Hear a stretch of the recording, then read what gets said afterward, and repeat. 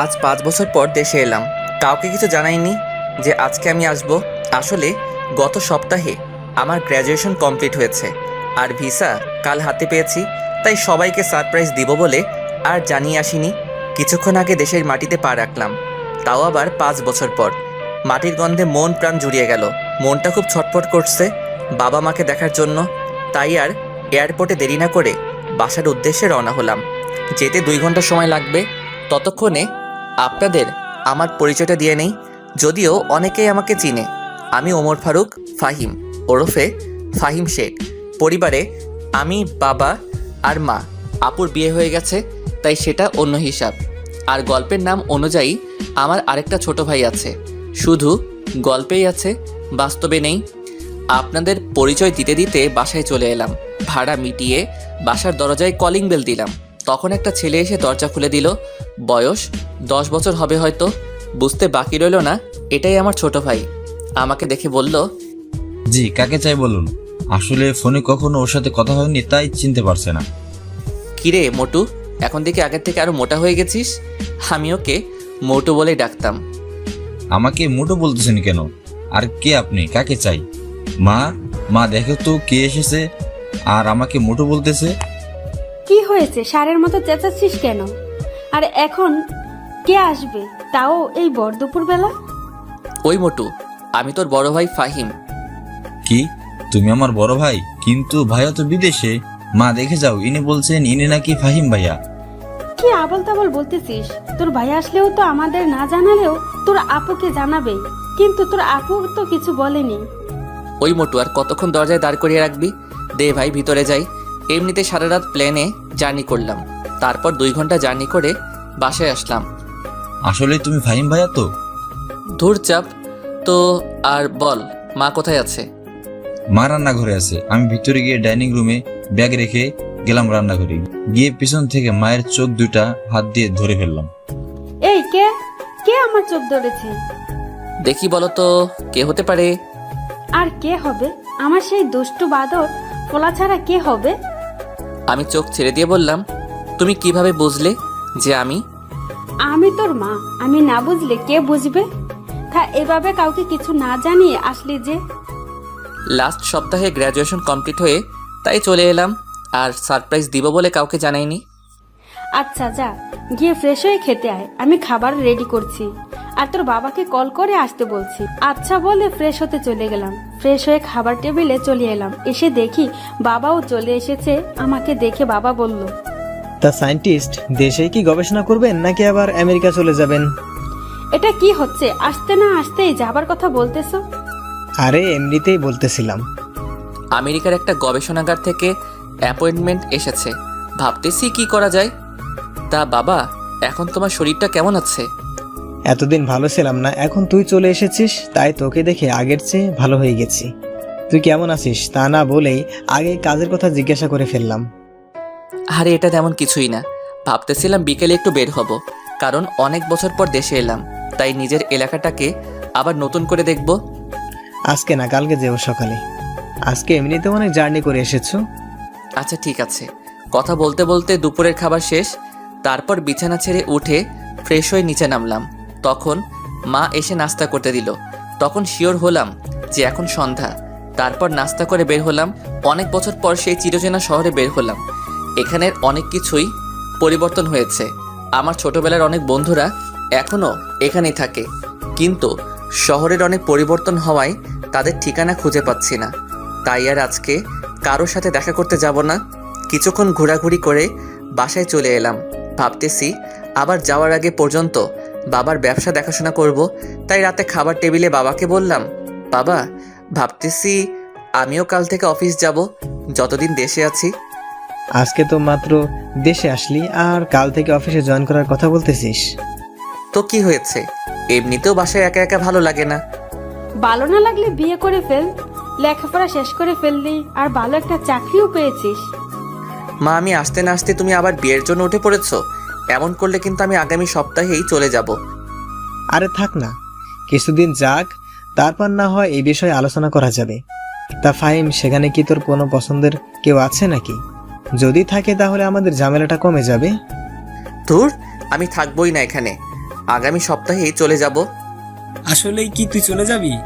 আচ্ছা ভাইয়া, তুমি বিদেশ থেকে কি কি এনেছো সেগুলো তো দেখালে না, আর আমাকে দিলেও না। যা, ভুলে গেছিলাম, খাওয়া শেষ করে দিচ্ছি। এভাবে কথা বলতে বলতে খাবার খেয়ে নিলাম। তারপর সবাইকে বললাম আমার রুমে আসতে। সবাই আসার পর সবাইকে তাদের জন্য আনা উপহার বুঝিয়ে দিলাম। মোটু তো খুশিতে লাফাতে শুরু করে দিল। তারপর ঘুমের জগতে হারিয়ে গেলাম। সকালে ফ্রেশ হয়ে নাস্তা করে রেডি হয়ে নিলাম। তারপর অফিসের জন্য বের হব, এমন সময় মোটু এসে বলল যে যাওয়ার সময় তাকে স্কুলে নামিয়ে দিয়ে যেতে, আর বাবা নাকি আজকে আগেই চলে গেছে। কি আর করার, আকিবকে নিয়ে চললাম। তারপর আকিবকে স্কুলে নামিয়ে দিয়ে অফিসের উদ্দেশ্যে চললাম। গাড়ি চলছে তার আপন গতিতে। হঠাৎ একটা মেয়ে গাড়ির সামনে চলে এলো। আসলে মেয়েটারও কোনো দোষ ছিল না, আমি একটু বেখালি হয়ে পড়েছিলাম, তাই এমন হলো। ভাগ্য ভালো, তাও অ্যাক্সিডেন্ট হয়নি। আমি তার আগে ব্রেক মেরে দিয়েছি। গাড়িটা একেবারে মেয়েটার কাছে গিয়ে থামলো। মেয়েটা ভয় পেয়ে চোখ বন্ধ করে ফেলেছে মনে হয়, তাই আমি তাড়াতাড়ি গাড়ি থেকে নেমে মেয়েটার সামনে গেলাম। গিয়ে জিজ্ঞাসা করলাম আর ইউ ফাইন? মেয়েটা চুপ করে আছে, তাই আবার জিজ্ঞাসা করলাম আপনি কি ঠিক আছেন? কোথাও লাগেনি তো আপনার? তখন মেয়েটা চোখ খুলে তাকালো, তখনও কিছু বলল না। তাই আবার জিজ্ঞাসা করলাম আপনি কি ঠিক আছেন, নাকি কোথাও লেগেছে আপনার? ডাক্তারের কাছে নিয়ে যেতে হবে নাকি? তখন মেয়েটা বলল না, আমি ঠিক আছি, বলে মেয়েটা চলে যেতে লাগলো। আমি পিছন থেকে অনেক ডাকলাম, কিন্তু কোনো রেসপন্স করলো না। তাই আমিও আবার গাড়িতে উঠে অফিসের উদ্দেশ্যে চললাম। কিছুক্ষণ পর অফিসে চলে গেলাম। সেখানে গিয়ে দেখি খুব সুন্দর করে অফিস সাজানো, আর সবাই ফুলের তোড়া নিয়ে গেটে নিয়ে দাঁড়িয়ে আছে। আমি গাড়ি থেকে নামা মাত্রই সবাই একে একে এসে আমাকে ফুলের তোড়া দেওয়া শুরু করলো, সাথে স্বাগতম প্লাস অভিনন্দন জানাচ্ছে। এইসব শেষে বাবা এসে বললেন কি হলো, তোর এত দেরি হলো কেন? আসলে বাবা, রাস্তায় একটা সমস্যা হয়েছিল, তাই আসতে একটু দেরি হয়েছে। ও আচ্ছা, ঠিক আছে, আয় সবার সাথে পরিচয় হয়নি, পরে চল আমরা আমার কেবিনে যাই। তারপর একে একে সবার সাথে পরিচিত হয়ে বাবার সাথে তার কেবিনে গেলাম। তারপর বাবা আমাকে কাজ বোঝাচ্ছেন। তারপর পিয়ন এসে কফি দিয়ে গেল। আমি আর বাবা কফি খাচ্ছি আর কাজের বিষয় দেখছি। তখনই বাবা বলল শোন, আমি কালকে একটা কাজে মালয়েশিয়া যাব 3 দিনের জন্য, আর এই 3 দিন তোকে অফিস সামলাতে হবে। আচ্ছা, তা না হয় হবে, কিন্তু কি কাজে যাবে তা তো বলো। আর এই 3 দিন কোনো মিটিং কি আছে নাকি? অফিসের কাজে যাব, আর কালকে 3টায় মিটিং আছে, আর বাকি সব তোকে ম্যানেজার বুঝিয়ে দিবে। আর মিটিংয়ে উনি তোর সাথেই থাকবেন। তোর যদি কোনো সমস্যা হয় তাহলে ওনাকে বলবি, উনি তোকে সব রকম সাহায্য করবেন। এইভাবে বাবা ছেলে কাজের ব্যাপারে কথা বলতে বলতে লাঞ্চের টাইম হয়ে গেল। তাই ক্যান্টিনে গিয়ে লাঞ্চ করে নিলাম। আমাদের ক্যান্টিনে দেখে সবাই অবাক হয়ে গেল। আসলে বাবা বলেছিল রেস্টুরেন্টে গিয়ে লাঞ্চ করতে, কিন্তু আমি বললাম ক্যান্টিনে যেতে। আমার সাধারণ মানুষের মতো চলাফেরা করতেই ভালো লাগে, তাই সবাইকে বললাম কি হলো, আপনারা লাঞ্চ করা বন্ধ করে দিলেন কেন? সবাই যার যার মতো লাঞ্চ করে কাজে যান। আসলে স্যার, আপনি আমাদের সাথে ক্যান্টিনে বসে খাবেন, তাই একটু অবাক হলাম। অবাক হবার কিছুই নেই, আমিও আপনাদের মতোই একজন মানুষ, তাই সবাই নিজেদের মতো লাঞ্চ করে নিজেদের কাজে ফিরে যান। তারপর বাবা আর আমি লাঞ্চ করে কেবিনে চলে গেলাম। তারপর আবার কাজ করা শুরু করলাম। কখন যে সন্ধ্যা হয়ে গেল তা বুঝতেই পারলাম না। হঠাৎ ফোনটা চিল্লানি শুরু করে দিল, তাই ফোন উঠাইলাম। উঠাইয়া দেখি মা কল দিয়েছে, তাই কল রিসিভ করলাম। পরে মা বলল কি রে, বাসায় কি আজকে আর আসবি না? মার কথা শুনে আমি ঘড়ির দিকে তাকালাম। তাকিয়ে দেখি 6টা বেজে গেছে। আমি মাকে আসছি বলে কল কেটে দিলাম। অফিস থেকে বের হয়ে গাড়িতে উঠে গাড়ি স্টার্ট করলাম। তখনই আবার ফোন চিল্লানি দেওয়া শুরু করলো। যা বাবা, এখন আবার কল দিল কিল্লাই। কল রিসিভ করার পর বাবা বলল এই শুন, আমি না আকিবকে তার ম্যাডামের বাসা থেকে আনতে ভুলে গেছি। তুই তো মনে হয় অফিস থেকে বের হয়ে গেছিস, তাই একটু আসার পথে তাকে নিয়ে আসিস। আচ্ছা, তুমি ঠিকানা দাও, আমি আসার সময় নিয়ে আসবনি। নিয়ে আসিস, কিন্তু ও একাই আসতে পারতো, কিন্তু রাত হয়ে গেছে তাই তোকে বললাম নিয়ে আসতে। আমি বাবার দেওয়ার ঠিকানায় চলে গেলাম। গিয়ে কলিং বেল বাজালাম। তখন যে দরজা খুলে দিল তাকে দেখে আমি হা হয়ে গেছি। তখন মেয়েটা আমাকে দেখে একটা রাগী ভাব নিয়ে আমার দিকে তাকালো আর জিজ্ঞাসা করলো আপনি এখানে কেন? আমার পিছু করছেন না তো? আসলে আমার ভাই এখানে প্রাইভেট পড়ে, রাত হয়ে গেছে তাই ওকে নিতে এসেছি। আপনি মনে হয় এখানে পড়েন, তাই না? মিথ্যা বলার জায়গা পান না। এখানে যে পড়ে তার কোনো বড় ভাই নাই। তাইলে কি ভুল ঠিকানায় চলে এলাম নাকি? হতে পারে, আবার হতে পারে আপনি আমার পিছু করছেন। তাই বাবাকে কল দিলাম, রিসিভ করলে আমি বললাম, বাবা ঠিকানা কি ঠিক দিয়েছো নাকি ভুল? ঠিকানা ভুল হবে কেন? ঠিকানা তো ঠিকই দিয়েছি। এখান থেকে তো বলতেছে যে এখানে যে পড়ে তার কোনো বড় ভাই নেই। আচ্ছা তুই ওকে কল দে, আমি কথা বলছি। পর মেয়েটার হাতে মোবাইলটা দিলাম। বাবা জানি মেয়েটাকে কি বলল। কথা শেষ করে মেয়েটা আমাকে বলল ভিতরে গিয়ে বসতে। আমি ভিতরে গিয়ে বসলাম। তখন একজন মহিলা আর একজন বয়স্ক লোক এলো। বয়স ৪৫ বছর হবে মনে হয়। সম্ভবত ইনারা এই মেয়ের বাবা মা। তাই আমি ওনাদের সালাম দিল। তারপর তাদের সাথে কথা বলতেছিলাম। তখনই মেয়েটা আমাকে এনে নাস্তা দিল আর বলল, আপনি নাস্তা করে নিন, আকিবের আর কিছু পড়া বাকি আছে। আচ্ছা, আপনি ওর কেমন ভাই হন? জি আমি ওর চাচাতো ভাই। বলেই মুখটা মলিন করে ফেললো। কি জন্য করলো তা বুঝলাম না। তারপর মেয়েটা চলে গেল। প্রায় ৩০ মিনিট পর আকিব আর মেয়েটা বেরিয়ে আসলো, কিন্তু তার ম্যাডামকে তো দেখলাম না। তারপর আকিবকে নিয়ে বেরিয়ে আসলাম। আকিবকে জিজ্ঞাসা করলাম, কিরে মোটু, তুই আর ওই মেয়েটাই কি পড়িস নাকি তোদের ম্যাডামের কাছে? তুমি মেয়ে পেলে কোথায়? কেন, তোর সাথে যে মেয়েটা বের হলো ওইটাই তো তোর সাথে পড়ে। ওইটা? আরে ওইটা হচ্ছে আমার ম্যাডাম। ও, ওইটা তোর ম্যাডাম? হ্যাঁ, কিন্তু কেন? কিছু না, এমনি জিজ্ঞাসা করলাম আর কি। তারপর দুই ভাই আরও অনেক কথা বলতে বলতে বাসায় চলে আসলাম। পরে রুমে গিয়ে ফ্রেশ হয়ে নিলাম। তারপর মায়ের কাছে চলে গেলাম। মাকে গিয়ে বললাম, মা একটা কথা বলবো। বল, কি বলবি? আচ্ছা মা, অধরারা কি এখনো আগের বাসায় থাকে নাকি? না, ওরা এখন আর আগের জায়গায় থাকে না। তুই চলে যাবার কিছুদিন পরেই তারা অন্য জায়গায় চলে গেছে। কিন্তু হঠাৎ তুই তাদের কথা জিজ্ঞাসা করছিস কেন? না, এমনি বলছিলাম। সেই কবে যে তাকে দেখেছিলাম, এখনো মনে হয় আগের থেকে অনেক সুন্দর আর কিউট হয়েছে হয়তো। হতে পারে, কিন্তু তুই এসব বলতেছিস কেন? তুই কি ওকে পছন্দ করতি নাকি? আর করলেও লাভ নাই। কেন? ওর বাবা মা 1 বছর আগে মারা যায়। এখন সে তার মামার বাসায় থাকে। আর গত বছর তার বিয়ে হয়ে গেছে শুনেছি। কথাটা শুনে মনটা খারাপ হয়ে গেল। তাও মাকে বুঝতে না দিয়ে জিজ্ঞাসা করলাম, আচ্ছা বাবা কোথায়? রুমে আছে। কালকে নাকি বিদেশে যেতে হবে মিটিং এর কাজে। বসে বসে তাই দেখতেছে। আচ্ছা বলে রুমে এসে পড়লাম। রুমে এসে বসলাম, তখনই একটা মেইল এলো। মেইলটা দেখে অবাক হয়ে গেলাম, কারণ আমাদের একটা এক্সপেরিমেন্ট করার কথা ছিল, আর সেইটা আগামী মাসের 7 তারিখে শুরু করার কথা ছিল, কিন্তু সেটা নাকি আগামী সপ্তাহেই শুরু হবে। শিওর হওয়ার জন্য সিয়ামকে কল দিলাম। সিয়াম আমার classmate. Hello, who are you? Hi Siam, it's me Fahim. Oh, how are you, dost? Would you receive any mail from SST tab? Yup, just I received a mail from lab. Our experiment will be start on 20 December. So when you are come back USA? I will be back next Friday. Okay? See you soon, USA. Okay, bye. See you soon. তারপর call কেটে দিয়ে বাবার কাছে গিয়ে বললাম, বাবা আসবো? আয়, কিছু বলবি নাকি? আসলে ইউএসএ থেকে মেইল এসেছে, তাই আমাকে শুক্রবার আবার ফিরে যেতে হবে। তার মানে তুই শুক্রবারই চলে যাবি? হ্যাঁ, শুক্রবারই যেতে হবে। তা না হয় বুঝলাম, কিন্তু গেলে আসবি কবে? যতদিন না কাজ শেষ হয় ততদিন আসতে পারবো না। ও, তাহলে আরো 4 দিন বাকি আছে, তারপরে তুই চলে যাবি। কে চলে যাবে 4 দিন পরে? ফাহিম ইউএসএ থেকে মেইল এসেছে, তাই তাকে কাজের জন্য শুক্রবারই চলে যেতে হবে। তা বাবা, এবার গেলে আসবি কবে? সেটা বলা যাবে না। যতদিন না কাজ শেষ হয় ততদিন দেশে ফেরা যাবে না। ওহো, তাহলে তো তোকে যেতেই হবে। তারপর আবার রুমে চলে গেলাম। কিছুক্ষণ পর মা এসে খাবারের জন্য ডেকে গেল। সবাই একসাথে রাতের খাবার খেয়ে নিলাম। পরে রুমে এসে দিলাম এক ঘুম। সকালে ঘুম থেকে উঠে ফ্রেশ হয়ে রেডি হয়ে নাস্তার টেবিলে চলে গেলাম। নাস্তা করে বাবাকে এয়ারপোর্ট ড্রপ করে আমি অফিসে চলে গেলাম। সকাল 11টায় একটা মিটিং ছিল, সেটা করে নিলাম। তারপর সিয়ামকে আবার কল দিলাম। হ্যাঁ ফাহিম, বল। আচ্ছা তুই আমার টিকিট কনফার্ম কর, আমি শুক্রবার এয়ারপোর্ট থেকে রিসিভ করে নিব। আচ্ছা, তা না হয় করে দিলাম। তা দোস্ত, মেয়েটা কেমন রে? কোন মেয়ের কথা বলতেছিস?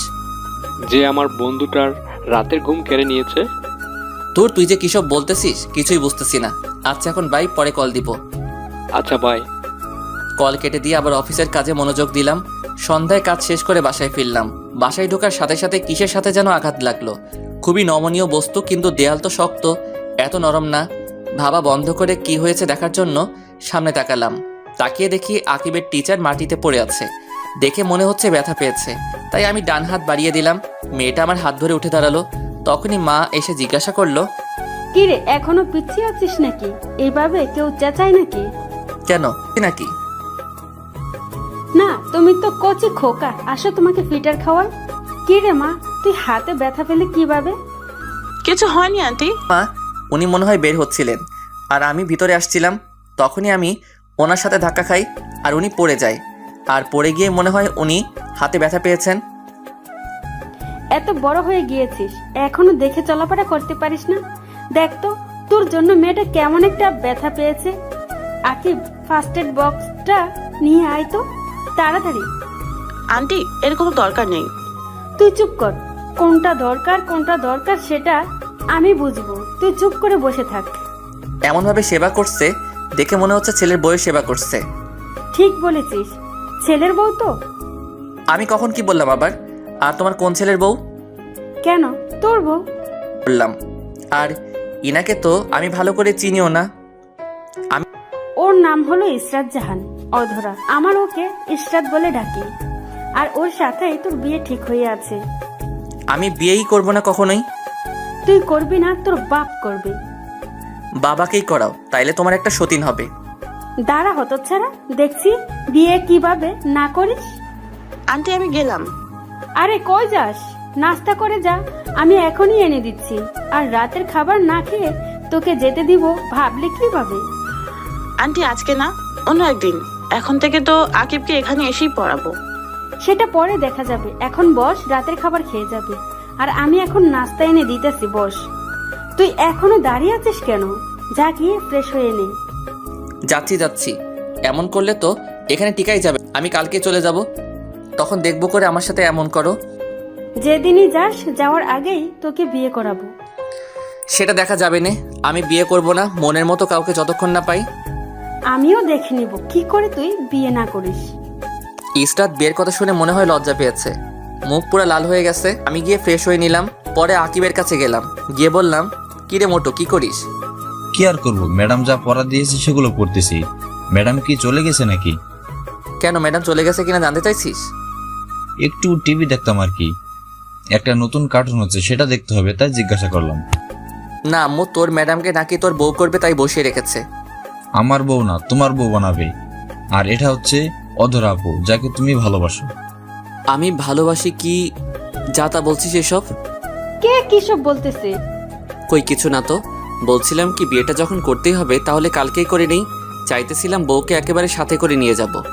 কিছুক্ষণ আগেই না বললি বিয়ে করবি না, এখন বলছিস বিয়ে করবি, বউকে সাথে নিয়ে যাবি? কিছুই তো বুঝতে পারছি না। আসলে মা, ভাইয়া পুরোটা বলার আগেই আমার মুখ চেপে ধরলাম। বড়দের মাঝখানে কথা বলতে নেই, মোটো সেটা কি জানিস না? তুই ওকে আটকালি কেন? আকিব কি বলছিলি বলতো? আমি ওকে চোখের ইশারায় না বলতে বলে মুখ ছেড়ে দিলাম। কিছু না মা, আসলে ভাইয়া চাইছিল চলে যাবে, আর তুমিও তো বললে ভাইয়াকে যেভাবে হোক বিয়ে করাবে, তাই। সত্যি তো? মিথ্যা কেন বলবো তোমার সাথে? তাহলে কি কালকেই বিয়ের ব্যবস্থা করবে নাকি? জি না, এখন আর আপনাকে বিয়ে আপনি যাওয়ার আগে করানো যাবে না। আগে আমাকে জানতে হবে কি জন্য এই সময়ের মধ্যে আপনি রাজি হয়ে গেছেন। ধুর, ভাল লাগে না। আমি কালকেই চলে যাব বলে সিয়ামকে কল দিলাম। হেই সিয়াম, listen, I will be back on first flight tomorrow. So you confirm the ticket and let me know.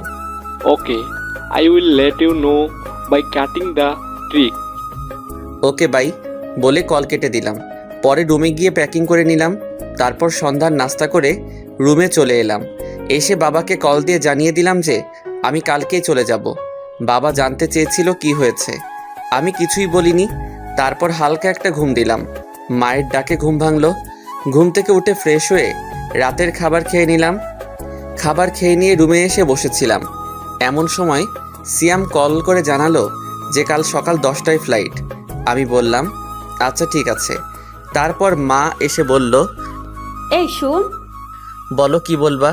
আর একটা কথা, কালকে সকালে আমি চলে যাব, 6টায় বাসা থেকে বের হব। সত্যি তুই চলে যাবি? তা গেলে যাবি, তাতে কার কি আসে যায়? যা বলতে এসেছিলাম। আকিবের ম্যাডামকে বাসায় দিয়ে আয়, অনেক রাত হয়ে গেছে, তার উপর একটা মেয়ে এসে রাস্তায় যদি কিছু হয়ে যায়, তাই তুই তাকে বাসা পর্যন্ত দিয়ে আয়। আমি যেতে পারবো না, ড্রাইভারকে বলো দিয়ে আসতে। ড্রাইভার তো চলে গেছে। চলে গেছে মানে? এখন কয়টা বাজে? ড্রাইভার চলে গেছে?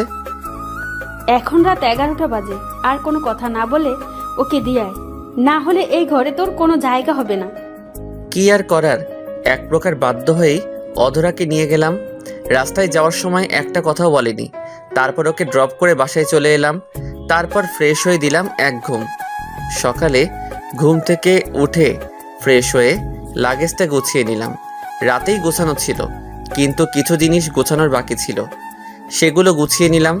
তারপর রেডি হয়ে ড্রাইভারকে কল দিলাম গাড়ি বের করার জন্য। তারপর বেরিয়ে পড়লাম। 9টার সময় ফ্লাইট। আজ আকিবের বন্ধ, তাই তাকে সাথে করে নিয়ে এসেছি। আর বাবার ফ্লাইটও সকাল 11টায় ল্যান্ড করবে, তাই সে বাবার সাথে চলে যাবে। আর গাড়ি তো আছেই। তারপর আকিবের কাছ থেকে বিদায় নিয়ে এয়ারপোর্টের ভিতরে প্রবেশ করলাম। ভিতরে গিয়ে সব ঝামেলা শেষ করে নিলাম, সাথে টিকিটও কালেক্ট করে নিলাম। আর এয়ারপোর্টে ঢোকার আগে আকিবের কাছে একটা গিফট দিয়ে এসেছি। বলেছি এটা অধরাকে দিয়ে দিতে, আর মাকে যেন কিছু না জানাই। তারপর প্লেনে গিয়ে বসে পড়লাম। এখন 9টা 30 বাজে। এখন শুধু অপেক্ষা কখন প্লেন ছাড়বে। প্রায় 40 মিনিট পর প্লেন তার গন্তব্য এর উদ্দেশ্যে রওনা দিল। দীর্ঘ জার্নি করার পর আমেরিকা পৌঁছে গেলাম। তারপর এয়ারপোর্ট থেকে ট্যাক্সি নিয়ে ফ্ল্যাটের উদ্দেশ্যে রওনা দিলাম। ফ্ল্যাটে পৌঁছে গিয়ে কলিং বেল বাজালাম। সিয়াম এসে দরজা খুলে দিল। ভিতরে গিয়ে ফ্রেশ হয়ে নিলাম। তারপর বাসায় কল দিয়ে জানিয়ে দিলাম যে আমি এখানে পৌঁছে গেছি। জানিয়ে একটা ঘুম দিলাম, কারণ এখানে এখন সকাল আর বাংলাদেশে রাত, তাই কিছুদিন সমস্যা হবে। আমি ঘুমিয়ে যাওয়ার পর সিয়াম শপিং মলে চলে গেল। শপিং থেকে খাবারের সব জিনিস নিয়ে এলো। আসলে এখানে সিয়াম তার বউয়ের সাথেই থাকে। গত সপ্তাহে ওদের বিয়ে হয়েছে। আমি যাওয়ার আগেই ওদের বিয়েটা করিয়ে দিয়ে যাই, কিন্তু তাদের বিয়েটা ফ্যামিলিগতভাবেই হয়। সিয়ামের বউয়ের নাম হচ্ছে অরিন। তারা এখানেই থাকে, কিন্তু তারা বাংলাদেশি। কি করে এটা হলো ভাবছেন তো? তাহলে চলুন শুরু থেকে বলি। ফ্ল্যাশব্যাক। 5 বছর আগে আমার সায়েন্টিস্ট হওয়ার স্বপ্ন পূরণ করার জন্য একটা স্কলারশিপের আবেদন করি, আর কিছু মাস পরে সেটা পেয়েও যাই। আর সেটা আমেরিকার ছিল, তাই এই সুযোগ হাতছাড়া করতে চাইনি। তারপরে আমি আমেরিকা চলে আসি আপনজনদের ছেড়ে। এখানে এসে তেমন কাউকে চিনতাম না, ভার্সিটির হলেও জায়গা ছিল না। তখনই আমার সিয়ামের সাথে দেখা হয়। তারপর সিয়ামের সাথে আমার প্রবলেমটা শেয়ার করার পর সে বলে তার সাথে থাকতে। তার সাথে তার আরেক বন্ধু থাকে, তার নাম মেঘ। তারপর থেকে আমরা একসাথে থাকি। আর সিয়ামের বউ হচ্ছে আমাদের বাড়িওয়ালার মেয়ে। আর ভার্সিটি থেকেই এদের রিলেশন। আর আমাদের বাড়িওয়ালা আমাকে খুব পছন্দ করত, তাই আমার সাথে অরিনের বিয়ে দিতে চেয়েছিল, কিন্তু আমি মানা করে দেই। কারণ ভালো একজনকেই বাসা যায়, অনেকজনকে নয়। অনেকজনকে ভালোবাসাটা ভালোবাসা নয়, সেটা হচ্ছে চোখের মোহ বা টাইম পাস। আর আমি অধরাকে ভালোবাসতাম, তাই বাড়িওয়ালাকে মানা করে দিয়েছিলাম। অনেক কষ্টে বাড়িওয়ালাকে রাজি করিয়েছিলাম অরিন আর সিয়ামের বিয়ে দিতে। তাদের বিয়ের পর আমিও চলে যাই দেশে। তারপর সেদিন মা যখন বলল যে অধরার বিয়ে হয়ে গেছে, তখন খুব কষ্ট হয়েছিল। কিন্তু আকিবের কাছ থেকে জেনে পরে আবার খুশিতে নাচতে মন চাচ্ছিল। আর বাকিটা তো আপনারা জানেনই। সিয়াম মার্কেট থেকে আসার পর অরিন গিয়ে রান্না করলো, আমিও গিয়ে গোসল করে নিলাম। তারপর সবাই একসাথে লাঞ্চ করে নিলাম। বিকেলে সবাই মিলে অনেকক্ষণ আড্ডা দিলাম। পরে সন্ধ্যায় আমি, সিয়াম আর মেঘ ঘুরতে বের হলাম। রাতের আমেরিকা দেখতে খুবই চমৎকার। এর উপরে রাগ দেখিয়ে তো চলে এলাম। এখন আর ভালো লাগছে না। বাইরে ঘোরাঘুরি করে রাত 10টায় বাসায় এলাম। এসে ফ্রেশ হয়ে নিলাম। তারপর রাতের খাবার খেলাম। আঙ্কেল আন্টির সাথে কিছুক্ষণ আড্ডা দিয়ে ঘুমাতে চলে গেলাম। ঘুমানোর আগে কল দিয়ে বাবা মায়ের সাথে কথা বললাম। পরে আকিবকে জিজ্ঞাসা করলাম, কিরে মোটো, কেমন আছিস? জি আমি ভালো আছি ভাইয়া, তুমি কেমন আছো? আলহামদুলিল্লাহ, আমিও ভালো আছি। তা আজকে কি তোর ম্যাডামের কাছে পড়তে গিয়েছিলি নাকি? হ্যাঁ ভাইয়া গিয়েছিলাম, আর সেটাও দিয়ে এসেছি, কিন্তু সেটাতে কি এমন আছে যা আমাকে দেখতে দিলে না? কালকে পড়তে গেলেই দেখতে পাবি। আচ্ছা এখন রাখি, ঘুমাবো। সকালে উঠে কল দিবনি। এখন ঘুমাবে কেন? এখন তো সকাল। ওরে গাধা, এটা আমেরিকা। বাংলাদেশে সকাল হলে এখানে রাত, আর এখানে সকাল হলে বাংলাদেশে রাত। তুই কি তোদের সমাজ বই পড়িসনি নাকি? ও আচ্ছা ভাই। তারপর ফোন রেখে দিলাম এক ঘুম। হঠাৎ ফোনের চিল্লানির আওয়াজে ঘুমটা ভেঙে গেল। দূর শালা, এখন আবার কে ফোন দিল? মাত্র ঘুমাইলাম। বিরক্তি বোধ নিয়ে ফোনের দিকে তাকিয়ে দেখি বাংলাদেশের নাম্বার, কিন্তু এটা তো বাবা মা বা আপুর নাম্বার না। এইসব ভাবিতে ভাবিতে কলটা কাটিয়া গেল। আবার কল আসায় ভাবনার জগৎ থেকে বেরিয়ে এসে কল রিসিভ করলাম। কল রিসিভ করে আমি, আসসালামু আলাইকুম, কে বলছেন? ওয়ালাইকুম আসসালাম। লেখক সাহেব কেমন আছেন? জি আলহামদুলিল্লাহ ভালো, কিন্তু আপনি কে? কি করতেছেন এখন? আগে বলুন তো আপনি কে, কারণ বাংলাদেশে আমার নাম্বার আমার বাবা মা ছাড়া আর কেউ জানে না। কিন্তু আপনি পেলেন কোথায়?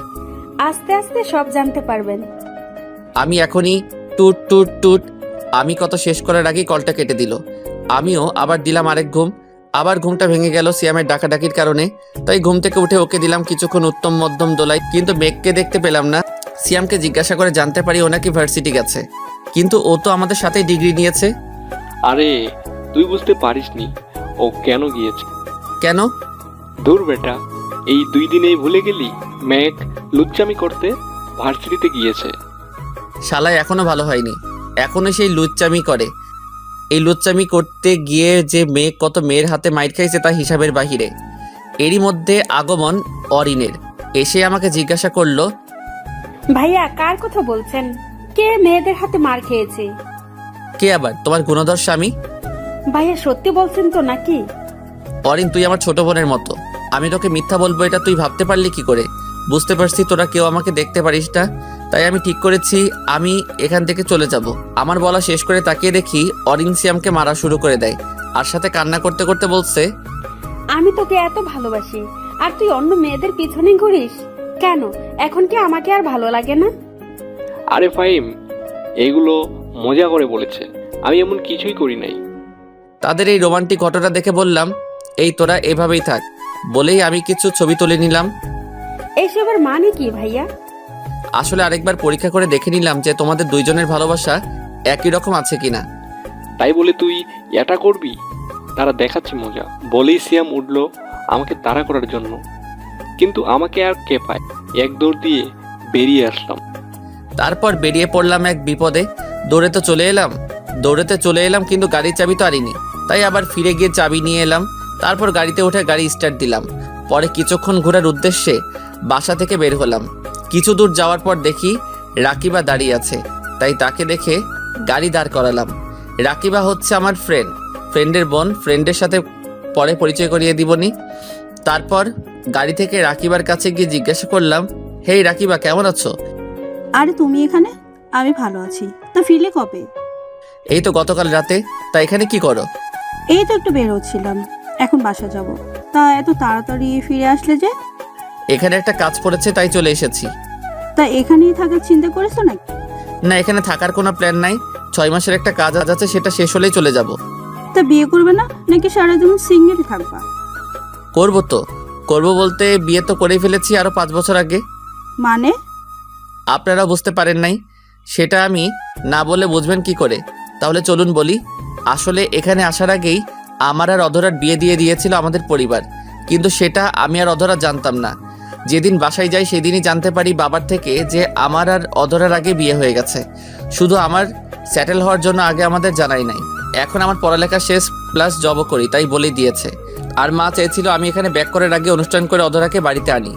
মা মনে করেছিল যে আমি বিয়ের বিষয়ে জানি না, তাই মা বলেছিল যে আকিবের টিচারকে বিয়ে করতে হবে। আশা করি সবাই বুঝতে পারছেন, সাথে রাকিবাও বুঝে গেছে। ও, তাহলে তো একটা ট্রিট পেতেই পারি। তা তো দিবই, কিন্তু আজকে না কালকে। আর চলো এখন তোমাকে তোমার বাসায় নামিয়ে দিয়ে আসি। তারপর রাকিবাকে তার বাসায় নামিয়ে দিয়ে এলাম। পরে সারাদিন ঘোরাঘুরি করে রাতে রেস্টুরেন্টে খেয়ে বাসায় আসলাম। তারপর দিলাম এক ঘুম। সকালে ফোনের আওয়াজে ঘুমটা ভেঙে গেল। ফোনের স্ক্রিনে তাকিয়ে দেখি মা কল দিয়েছে, তাই কলটা রিসিভ করলাম। কি রে, সেখানে গিয়ে কি ভুলে গেলি নাকি? তোমাদের ভুলবো কি করে বলো তো? না, মনে হলো তো তাই বললাম। আর তা কেমন আছিস? আলহামদুলিল্লাহ ভালো আছি, তুমি কেমন আছো? আমিও ভালো আছি। বাবা আর আকিব কেমন আছে? তারাও ভালো আছে, কিন্তু তুই যে এভাবে চলে যাবি বুঝতে পারিনি। এখানে এলি কিন্তু 1 সপ্তাহ থাকলি না। মা, বোঝার চেষ্টা করো আমি একজন বিজ্ঞানী, আর আমার যে কোনো সময় যে কোনো জিনিস আবিষ্কার করার জন্য ডাক আসতে পারে। যখন ডাক আসবে আমাকে তখনই চলে যেতে হবে। তা বুঝলাম, কিন্তু খাওয়া দাওয়া ঠিক মতো করবি কিন্তু। আচ্ছা মা, ঠিক আছে, এখন রাখি, বাই। আচ্ছা ঠিক আছে, বাই। তারপর ফ্রেশ হয়ে নিলাম। দেখি নাস্তার টেবিলে সবাই অপেক্ষা করছে আমার জন্য। তখন আমিও গিয়ে বসে পড়লাম তাদের সাথে। তখন আঙ্কেল জিজ্ঞাসা করলো, বাবা, তোমাদের এক্সপেরিমেন্ট কবে থেকে শুরু হবে? জি আঙ্কেল, এই তো শুক্রবারে শুরু হবে। তা ততদিন কি তোমাদের সেখানে থাকতে হবে নাকি? জি আঙ্কেল, আমাদের সেখানেই থাকতে হবে। আর একটা কথা আঙ্কেল, আজকে রাতে একটা পার্টি দিতে চাই আপনার বাগানে, যদি আপনার কোনো আপত্তি না থাকে। এতে আপত্তি থাকার কি আছে? তোমাকে আমি বলেছি না, এটাকে তুমি তোমার নিজের বাড়ি ভাবতে পারো। ধন্যবাদ আঙ্কেল, তাহলে আমি আয়োজন শুরু করি। আর হ্যাঁ, আপনাদেরও কিন্তু থাকতে হবে। তা না হয় থাকবো, কিন্তু পার্টিটা কিসের সেটা তো বলো। সেটা সারপ্রাইজ। আচ্ছা বাবা, তাহলে থাক। আর দরকার পড়লে বলিও, আমরাও তোমাকে সাহায্য করব। তা তো করতেই হবে, সব রান্না আন্টি আর অরিনকেই করতে হবে। কি, আমাকে রান্না করতে হবে? জি ম্যাডাম, করতে হবে। আচ্ছা ঠিক আছে, কিন্তু কয়জন আসবে? বেশি না, আমরা যতজন বন্ধু আছি তারাই। আর তাদের সাথে শুধু সাব্বিরের বোন আসবে। আর শুনো, সব কিন্তু বাঙালি খাবার রান্না করতে হবে। ও, তাহলে তো কোনো ব্যাপারই না। ঠিক আছে, বাঙালি রান্নাই করব। তাহলে আমি ইভেন্ট ম্যানেজমেন্টের লোকের সাথে কথা বলতেছি। আর সিয়াম, তুই সবাইকে কল করে জানিয়ে দে। আচ্ছা। তারপর আমি ইভেন্ট ম্যানেজমেন্টের লোকদের কল করে আসতে বললাম। কিছুক্ষণ পর এসে তারা তাদের কাজ শুরু করে দিল। আর সন্ধ্যা পর্যন্ত তারা তাদের কাজ করলো। তারপর একে একে সবাই আসা শুরু করলো। আর আমি গিয়ে সবার সাথে কুশল বিনিময় করে নিলাম। তখন সবার মুখেই শুধু একটাই কথা, সারপ্রাইজটা কি?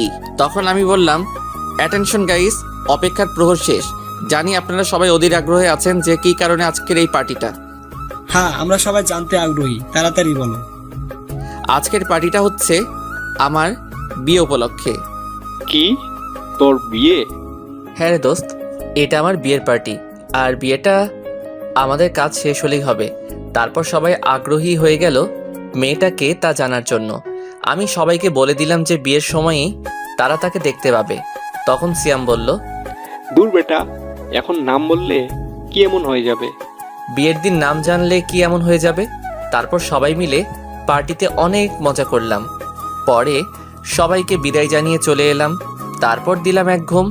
সকালে ঘুম থেকে উঠে বাসায় কল দিলাম, কারণ গতকাল রাতে পার্টির জন্য কল দেওয়া হয়নি, তাই এখন দিলাম। হ্যালো মা, কেমন আছো? ভালো আছি, তুই কেমন আছিস? আলহামদুলিল্লাহ ভালো আছি। কি করো? এই তো 10টা বাজে, এখন ডিনার করব। আচ্ছা ভাই, তাহলে তোমরা ডিনার করে নাও। আচ্ছা বাই। কল কেটে গিয়ে ফ্রেশ হয়ে নিলাম। সকালে নাস্তা করতে যাব এমন সময় কল এলো। ফোনটা হাতে নিয়ে দেখি সেই অপরিচিতা মেয়ে, তাই কলটা রিসিভ করলাম না।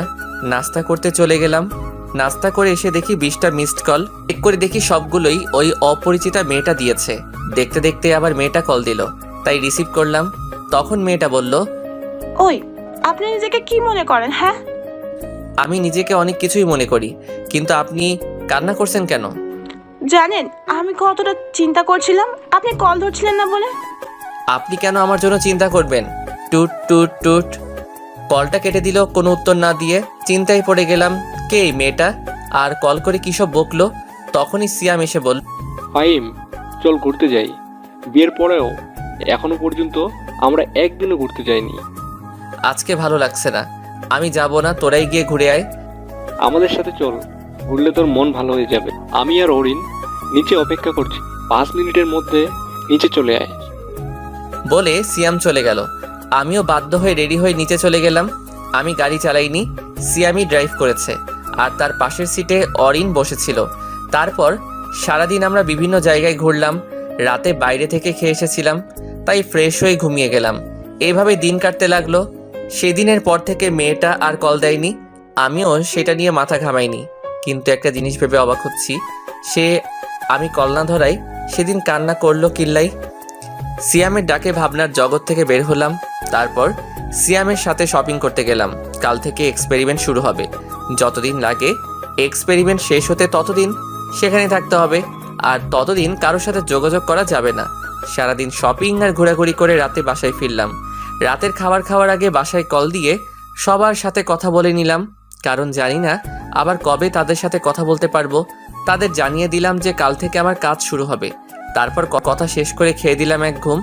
সকালে ঘুম থেকে উঠে ফ্রেশ হয়ে নিলাম। আজকে আমি খুব খুশি। আজকে আমি আমার কর্মজীবনে পা দিব। তারপর গিয়ে নাস্তা করে নিলাম। ফোনটা বন্ধ করে বাসায় রেখে নিলাম, কারণ সেখানে আমি সবাইকে বলে দিয়েছি কেউ যেন ফোন নিয়ে না যায়। আমি চাই যত তাড়াতাড়ি সম্ভব কাজটা শেষ করতে, প্লাস সবাই যেন শুধু কাজেই মনোযোগ দেয়, কারণ কাজটা খুব ইম্পর্টেন্ট। একটু ভুল হলে সব শেষ। তারপর আমি, সিয়াম আর অরিন বেরিয়ে পড়লাম এসএসটি ল্যাবের উদ্দেশ্যে। ল্যাব থেকেই গাড়ি পাঠানো হয়েছিল। গাড়িতে উঠে দেখি শান্ত প্লাস আমার বাকি বন্ধুরাও আছে।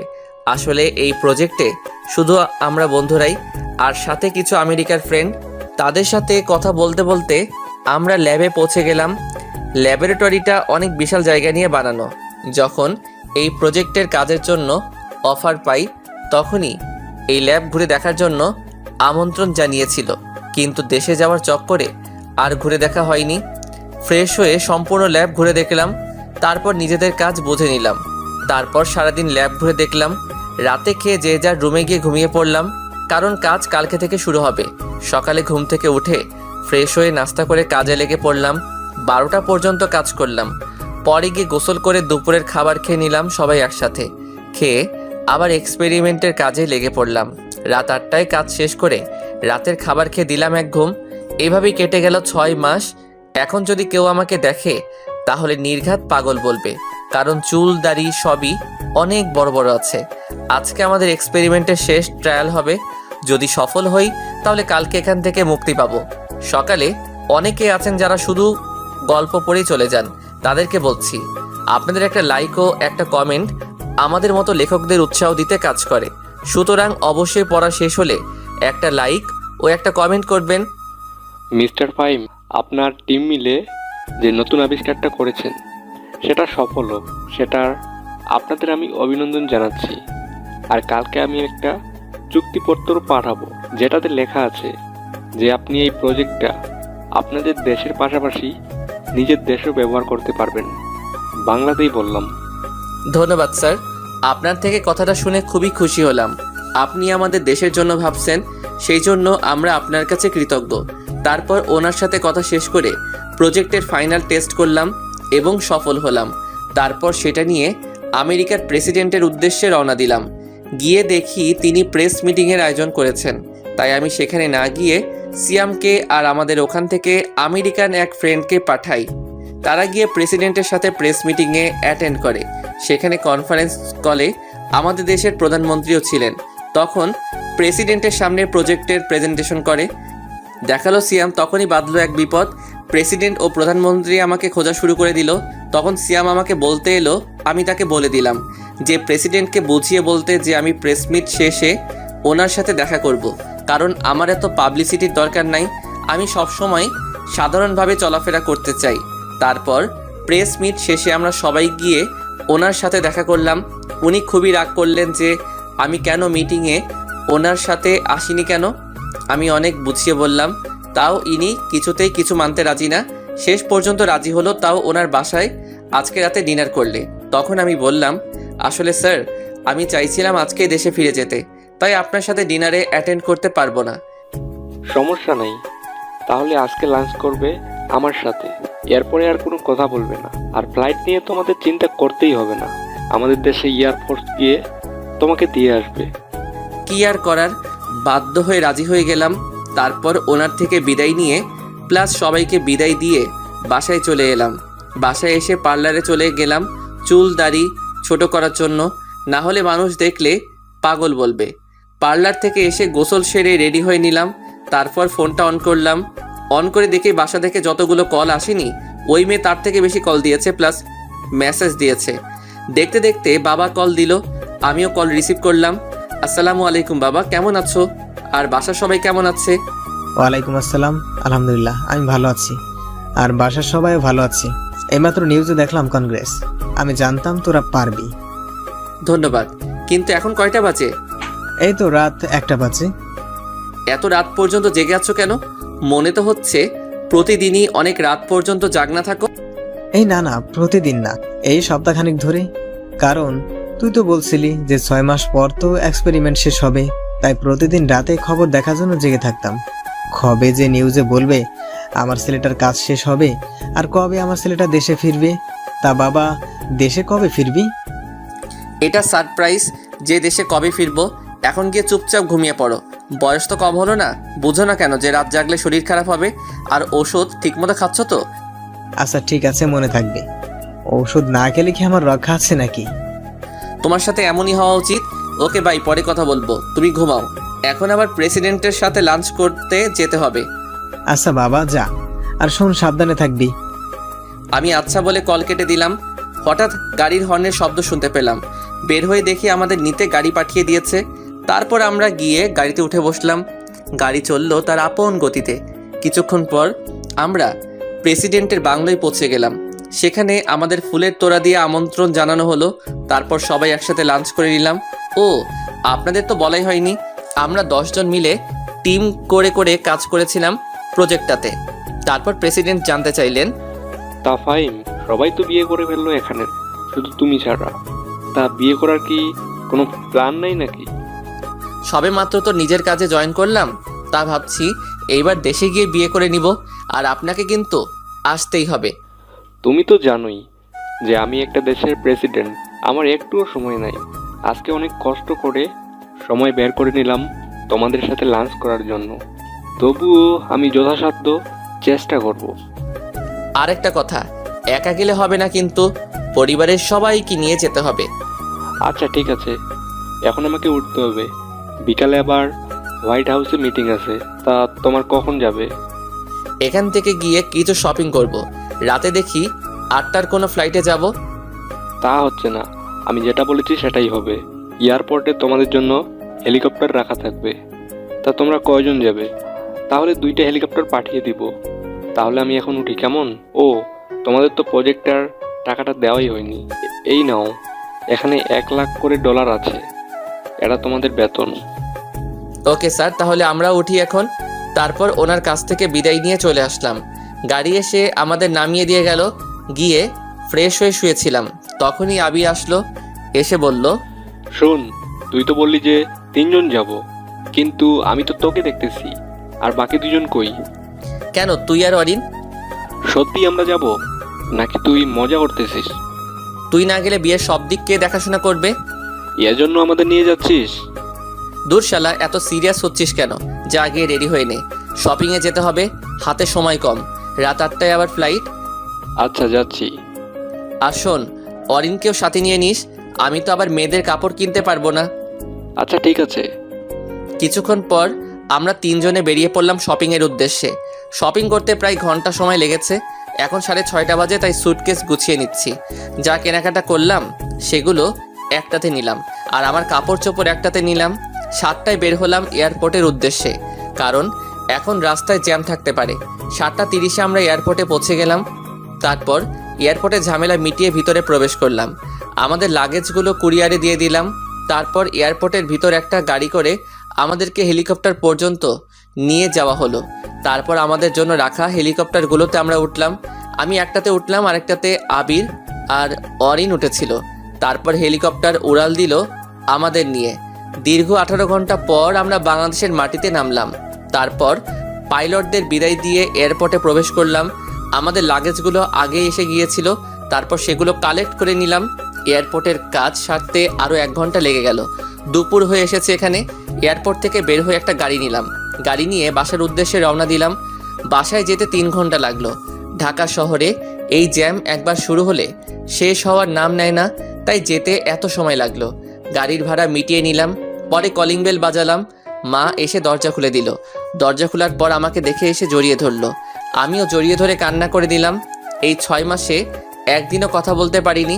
তারপর মাকে আবির আর অরিনের সাথে আলাপ করিয়ে দিলাম।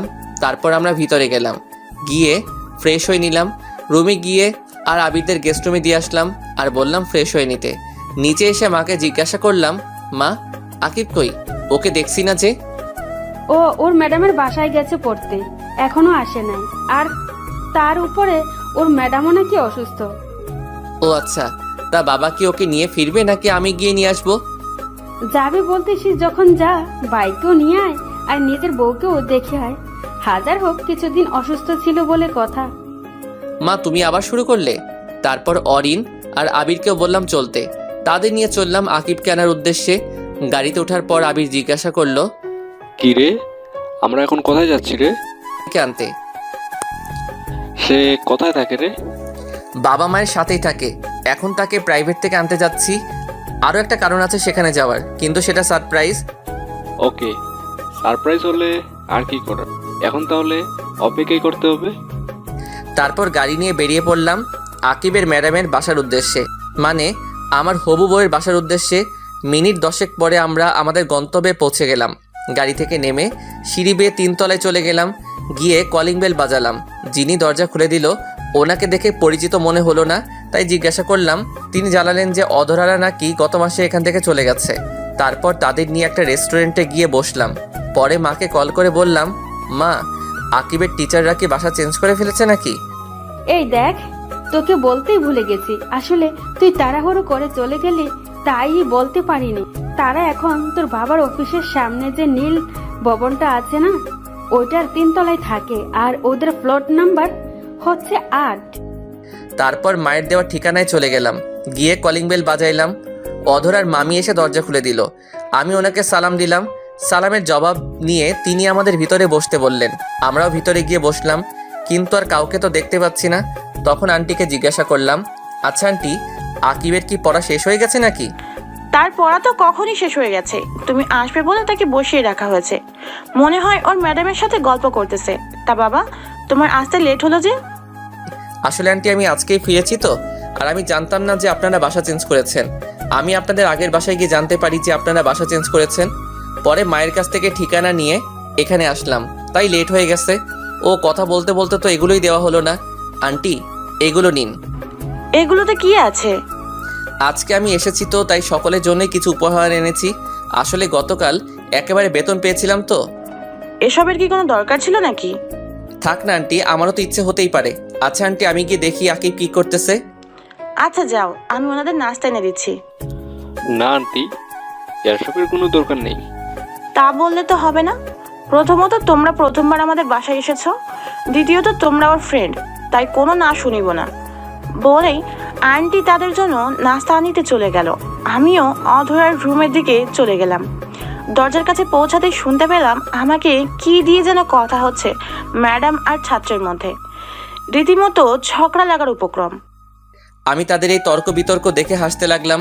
পরে ভিতরে প্রবেশ করলাম। আমাকে দেখে দুজনেই অবাক। আমাকে দেখেই আকিব এসে জড়িয়ে ধরে বলল, ভাইয়া তুমি কখন এলে? এই তো মিনিট 10 হলো। তা তোর পড়া কি শেষ হয়েছে নাকি? হ্যাঁ, কিন্তু কেন? পড়া শেষ হলে বাহিরে যা, গিয়ে দেখ আমার ফ্রেন্ডরা বসে আছে, তাদের সাথে গিয়ে কথা বল। আমার কিছু কথা আছে তোর ম্যাডামের সাথে। আচ্ছা ভাইয়া বলে আকিব ব্যাগ নিয়ে বাইরে চলে গেল।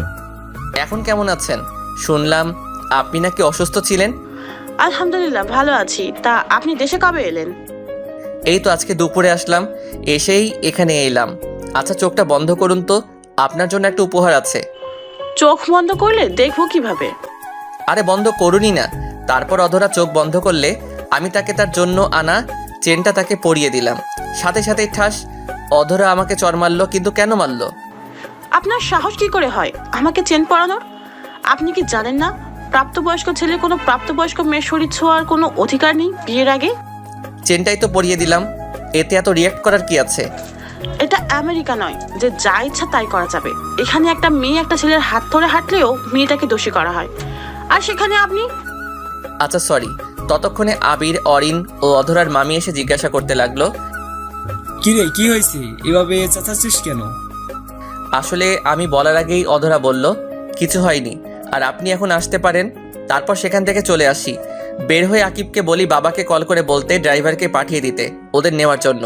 বলে আমি গাড়ি নিয়ে সেখান থেকে সোজা নদীর পাড়ে চলে আসি।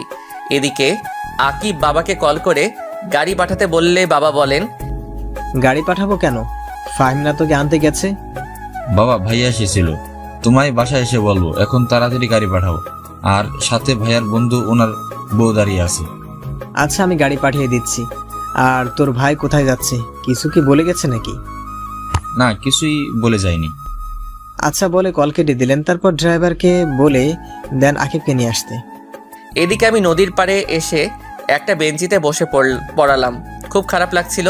কি এমন করেছিলাম যার জন্য আমাকে এইভাবে আমার বন্ধু ও তার বউয়ের সামনে এভাবে অপমান করলো। কিছুক্ষণ পর মনে হলো পিছনে এসে একটা গাড়ি দাঁড়ালো, তাই পিছনে তাকালাম। দেখলাম বাবা গাড়ি থেকে নামলেন, নেমে আমার দিকে এগিয়ে এলেন, এসে আমার পাশে বসলেন। বসে, তোর মন খারাপ কেন জানতে পারি কি? কিছু হয়নি বাবা। আমার ছেলেটা আজ এত বড় হয়ে গেছে, এখন নিজের দুঃখ নিজের মধ্যে চেপে রাখতে জানে, আর আমাকেও এখন সেটা বলতে চায় না।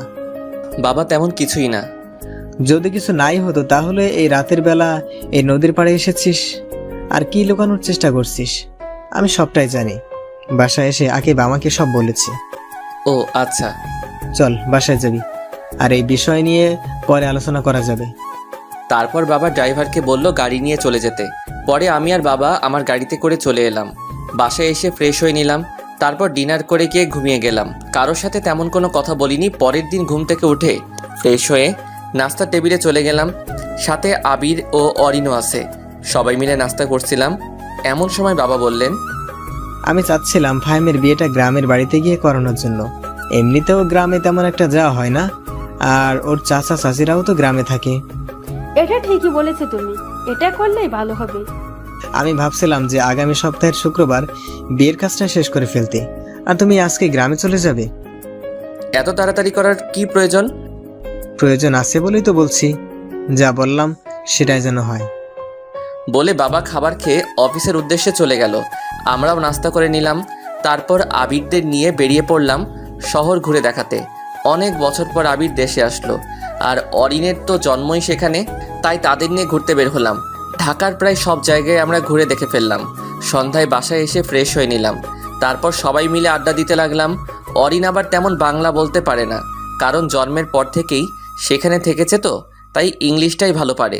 আর ওদেরকে আমি 1 মাস এখানে থাকতে বলেছি, আর এই কয়দিনে ওকে বাংলা শেখানোর দায়িত্ব মাকে দিয়েছি। আমি মাকে বললাম, মা বলছিলাম কি, আজকে তো বুধবার, তাই যদি শনিবার গ্রামে যাই তাহলে কেমন হবে? তোর বাবা যখন বলেছে নিশ্চয়ই কিছু ভেবেই বলেছে, তাই তুই কালকেই চলে যা, আর সাথে আবির আর অরিনকেও নিয়ে যা। আচ্ছা ঠিক আছে। কতদিন পর দেশে এলাম, একটু শান্তিতে বাসায় থাকবো, সেটাও হচ্ছে না। ফিসফিস করে কি বলতেছিস? কই কিছু বলিনি তো। কিছুক্ষণ পর বাবাও এসে গেলেন। পরে সবাই একসাথে ডিনার করে নিলাম। ডিনার করার পর আমি রুমে গিয়ে গিফটগুলো নিয়ে আসলাম। পরে সবাইকে নিজেদের গিফটগুলো বুঝিয়ে দিলাম। সব থেকে বেশি গিফট আকিবের জন্য এনেছিলাম, আর অধরার জন্য আনা গিফটগুলো আমার লকারে রেখে দিলাম। গিফটগুলো বুঝিয়ে দেওয়ার পর ঘুমাতে চলে এলাম। কিছুক্ষণ পর আকিব আমার রুমে এসে বলল সে নাকি আমার সাথে ঘুমাবে। আমি আর মানা করতে পারলাম না। শুয়ে পড়ার পর আকিব অধরার কথা বলা শুরু করলো। এদিকে আমি ঘুমিয়ে পানি। আজকে অনেক ধকল গেল, তো সকালে তাই শুয়ে পড়ার পরই চোখটা লেগে যায়, আর আমি চলে গেলাম ঘুমের অতল দেশে। আকিব আমার কোনো সাড়া না পেয়ে সেও কিছুক্ষণ ঘুমিয়ে গেল। সকালে ঘুম থেকে উঠে দেখি আকিব আমাকে কোলবালিশের মতো জড়িয়ে ধরে ঘুমিয়ে আছে। তাকে আমার থেকে ছাড়িয়ে আমি ফ্রেশ হতে যাই। ফ্রেশ হয়ে এসে আকিবকে ডেকে তুলে দিলাম, কারণ আজকে আকিবের স্কুল আছে, তাই ওকে ডেকে তুলে ফ্রেশ হতে পাঠিয়ে দিলাম। আকিব ফ্রেশ হয়ে এলে আমরা নিচে যাই নাস্তার টেবিলে। গিয়ে দেখি সবাই আমাদের 2 ভাইয়ের আগেই উঠে গেছে আর নাস্তার টেবিলে বসে আছে। কিছুক্ষণ পর মা এসে নাস্তা দিয়ে গেল। আমরা নাস্তা করতে শুরু করলাম। তখন বাবা জানতে চাইলো যে কবে আমি গ্রামের বাড়ি যাব। আমাদের সেখানে যাওয়ার কথা শুনেই আকিবও বায়না ধরলো যে আমাদের সাথে যাবে, কিন্তু বাবা দিতে রাজি না। এক পর্যায়ে আকিব কান্না শুরু করে দিল, তাও বাবা তাকে যেতে দিতে রাজি না, কারণ আকিবের স্কুল খোলা প্লাস প্রাইভেট, এইসবের বাহানা দিচ্ছে বাবা। তখন আকিব বলে, প্রাইভেট নিয়ে তো কোনো সমস্যা হয় না, অধর আব্বুকে সাথে নিয়ে গেলেই তো হয়। প্রাইভেট ঠিক আছে, কিন্তু স্কুল যে বন্ধ হবে তার কি হবে? তখন আকিব আমাকে ইশারায় বলে বাবাকে রাজি করাতে। তখন আমি বললাম, বাবা থাক না, কিছুদিন স্কুল বন্ধ হলে কিছু হবে না। কিন্তু বাপ, সামনে তোর জেএসসি পরীক্ষা। ওইটা কোনো ম্যাটার না, এই কয়দিন বন্ধ করলে কিছু হবে না, আর প্রাইভেট তো পড়বেই। কিন্তু দেখো বাবা, আর কোনো কিন্তু না, তাহলে কিন্তু আমিও গ্রামের বাড়ি যাব না। এমনিতে অনেক ক্লান্ত, কালকে মাত্র আসলাম, আর তুমি আজকে আবার গ্রামে যেতে বলতেছো। আচ্ছা, যা ভালো হয় তাই কর। এই তো আমার ভালো বাবা, তাহলে আজকে বিকেলেই গ্রামে যাব। আকিব স্কুল থেকে আসলে তখনই আন্টি, আমি কি আসতে পারি? কথাটা শুনে সবাই দরজার দিকে তাকালাম। তাকিয়ে দেখি অধরা এসেছে। তাকে দেখে মা এগিয়ে গেল, গিয়ে জিজ্ঞাসা করলো, কি রে মা, কেমন আছিস? আমাদের তো মনে হয় ভুলেই গেছিস। না আন্টি, তোমাদের ভুলি কি করে? এই আন্টি কি রে? মা বলবি? আজ বাদে কাল আমার ঘরের বউ হয়ে আসবি, এখনো আন্টি বলে ডাকিস? আর এতদিন তোর কোনো দেখা নেই যে। তা মা, এখন শরীর কেমন আছে? জি, এখন আগের থেকে ভালো আছি। তা আকিব কি স্কুলে যাবে না নাকি? হ্যাঁ যাবে তো। আকিব যা, গিয়ে রেডি হয়ে নে তাড়াতাড়ি। আর তুই আয়, এসে নাস্তা করে নে। না আন্টি, মানে মা, এখন কিছু খাবো না। তা বললে তো হবে না, এখন তো না খেয়ে দিব না। আয় আকিব, রেডি হয়ে আস্তে আস্তে খেয়ে নে। তারপর অধরা এসে খাবার টেবিলে বসে পড়ল। সবার সাথে কুশল বিনিময় করে নিল, প্লাস আবির আর অরিনের সাথে পরিচিত হয়ে নিল। ততক্ষণে আমি আমার রুমে এসে রেডি হয়ে নিলাম। নিচে গিয়ে বললাম, আকিবকে বইল স্কুল থেকে এসে রেডি হয়ে থাকতে, আমরা সন্ধ্যায় রওনা দিব। আবির চল একটু বের হব। আচ্ছা, আর শোন, তোদের সাথে অধরাও যাবে। ও না থাকলে আকিব পড়বে কিভাবে? তুমিও বাবার মতো শুরু করে দিয়েছো। সেখানে আমিরা ঘুরতে যাচ্ছি, সেখানে গিয়ে কি পড়ালেখা করবে? ও যেখানে আমরা ঘুরবো, আর ওনার আমাদের সাথে যেতে হবে কেন? আমি কিচ্ছু জানি না, তোর বাবা বলে গিয়েছে। ধুর, ভাল লাগে না। ওই আবির দাঁড়িয়ে আছিস কেন, চল। তারপর আমি আর আবির বেরিয়ে পড়লাম। আসলে এখানে অরিনের পরার মতো কোনো সালোয়ার বা শাড়ি নেই, তাই আবিরকে নিয়ে গেলাম। প্রথমে ব্যাংকে গেলাম টাকাগুলো ভাঙিয়ে নিতে, পরে আবিরকে নিয়ে মলে গিয়ে কিছু কেনাকাটা করে নিলাম, আর চাচাতো ভাই বোনদের জন্য কিছু উপহার কিনে নিলাম, আর ছোটগুলোর জন্য খেলনা আর কিছু চকলেট কিনলাম। ফুফাতো ভাই বোনের জন্যও সেম জিনিসই কিনলাম। তারপর দুপুরে আমরা দুইজনই লাঞ্চ করে নিলাম বাইরে। বাসায় আসতে আসতে বিকেল হয়ে গেল। আসলে রাস্তায় যে পরিমাণ জ্যাম তা বলে বোঝানো যাবে না। যেখানে যেতে 30 মিনিট সময় লাগার কথা, সেখানে যেতে সময় লাগে 1.5 ঘন্টা। বাসায় এসে ফ্রেশ হয়ে একটু রেস্ট নিয়ে নিলাম। কখন যে চোখ লেগে গেছে বুঝতেই পারিনি। হঠাৎ মনে হলো কেউ যেন আমাকে ডাকছে, তাই চোখ খুলে তাকালাম। তাকিয়ে দেখি অধরা আমাকে ডাকছে। তখন আমি বললাম, কি হলো, আপনি আমার রুমে কেন? কেউ দেখলে কি বলবে? আর আমাকে ডাকছেনই বা কেন? তখন অধরা বলল, আসলে মা বলেছে আপনাকে ডাকতে, প্রায় সন্ধ্যা হয়ে গেছে তো, আর আপনি তো বলেছিলেন যে সন্ধ্যায় রওনা দিবেন। আমি বললাম, আচ্ছা ঠিক আছে, আপনি যান এখন, না হলে লোকে আপনাকে খারাপ মনে করবে। তারপর অধরা আর কিছু না বলে চলে গেল। আমি আকিবকে ডাক দিলাম। কিছুক্ষণ পর আকিব চলে এলো। আমি তাকে বললাম যে সবাইকে বলতে রেডি হয়ে নিতে আর আমার লাগেজটা গুছিয়ে দিতে। আকিব বলল, আমার লাগেজ নাকি গুছানো? আকিবকে জিজ্ঞাসা করে জানতে পারলাম অধরা নাকি আমার লাগেজ গুছিয়ে দিয়েছে। আমি আর কিছু বললাম না এই বিষয়ে। পরে আকিবকে বললাম লাগেজটা নিয়ে গাড়িতে রেখে দিয়ে রেডি হয়ে নিতে। বলার সাথে সাথেই আকিব লাগেজ নিয়ে চলে গেল। আমিও চলে গেলাম ফ্রেশ হয়ে নিতে। ফ্রেশ হয়ে রেডি হচ্ছিলাম, এমন সময় অধরা আমার রুমে আসলো। আমি তখন রেডি হচ্ছিলাম তাই খেয়াল করিনি। রুমে ঢুকেই দিল জোরে একটা চিৎকার দিল। আমিও তার চিৎকার শুনে পিছনে তাকালাম। বুঝলাম না কি জন্য চিৎকার করলো। তার চিৎকার শুনে সবাই চলে এসে ওকে জিজ্ঞাসা করা শুরু করলো যে কি জন্য এমন চিৎকার দিল। তখন অধরা বলল, আসলে আমি ওনাকে ডাকার জন্য ওনার রুমে এসেছিলাম। এসে দেখি উনি শুধু একটা 3/4 প্যান্ট পরেছিলেন, কোনো শার্ট পরেছিলেন না, তাই আমি চিৎকার দিয়ে ফেলেছি। ধুর পাগলি, এতে চিৎকার করার কি আছে? কিছুদিন পর তো তুই ওর বউ হবি। আর ওই এমনই এত বড় হয়ে গেছে, এখনো 3/4 পরে থাকে বাসায়। আচ্ছা তুই যা, গিয়ে নিচে বস। অধরা নিচে চলে গেল, সাথে বাকিরাও চলে গেল, শুধু মা ছাড়া। সবাই যাওয়ার পর মা বলল, তোর কি কোনো কাণ্ডজ্ঞান নেই নাকি? আমি আবার কি করলাম? আমি তো রেডি হচ্ছিলাম। ওনাকে কে বলল এখানে আসতে? আমি তো বলেছিলামই রেডি হয়ে নিতেছি। তুই কি 3/4 আর টি শার্ট পরে যাবি নাকি? হ্যাঁ, কেন? কোন দিক দিয়ে এটা খারাপ? আচ্ছা, এখন বেশি কথা না বলে রওনা দিতে হবে, না হলে পরে অনেক রাত হয়ে যাবে। তারপর রেডি হয়ে বের হলাম। গাড়িতে যাওয়ার সময় আমি ড্রাইভ করেছিলাম আর আমার পাশের সিটে আবির বসেছিল। দীর্ঘ 2 ঘন্টা জার্নির পর গ্রামে পৌঁছালাম। পৌঁছে গাড়ির হর্ন বাজানোর শব্দ শুনে সবাই বেরিয়ে গেল। তারপর সবাইকে নিয়ে ভিতরে গেল। আমি গিয়ে গাড়ি পার্ক করলাম। পরে ভিতরে গেলাম, গিয়ে সোফায় বসলাম। 10 মিনিট হয়ে গেল, কেউ এলো না আর জিজ্ঞাসাও করলো না কেমন আছি। সবাই অধরাকে নিয়েই ব্যস্ত।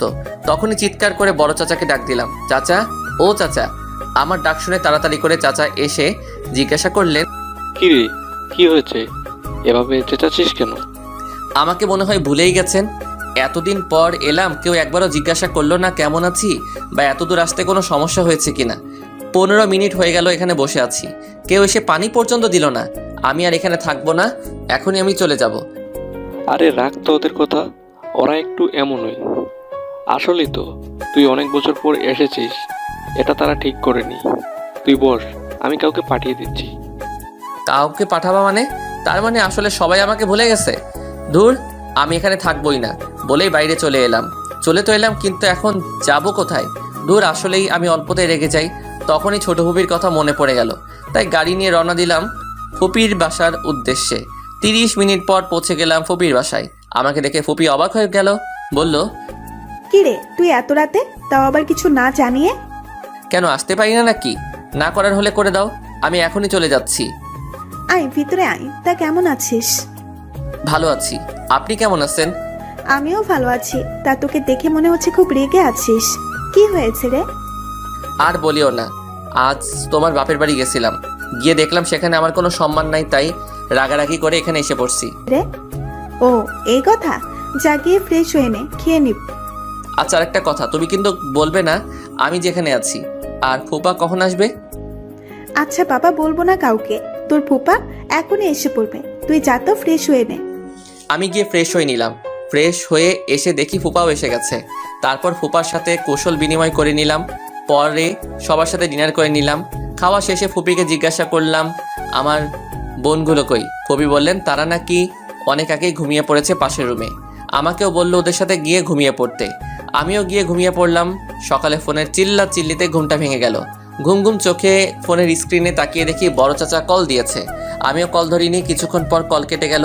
কেটে যাওয়ার পর ফোনটা সাইলেন্ট করে আবার ঘুমিয়ে গেলাম। কতক্ষণ করে কারো ডাকে ঘুম ভেঙে গেল। তাকিয়ে দেখি মুন্না আমাকে ডাকতেছে। ঘুম থেকে উঠে ফ্রেশ হয়ে নিলাম। পরে ফুপি ডাক দিলেন ব্রেকফাস্ট করার জন্য।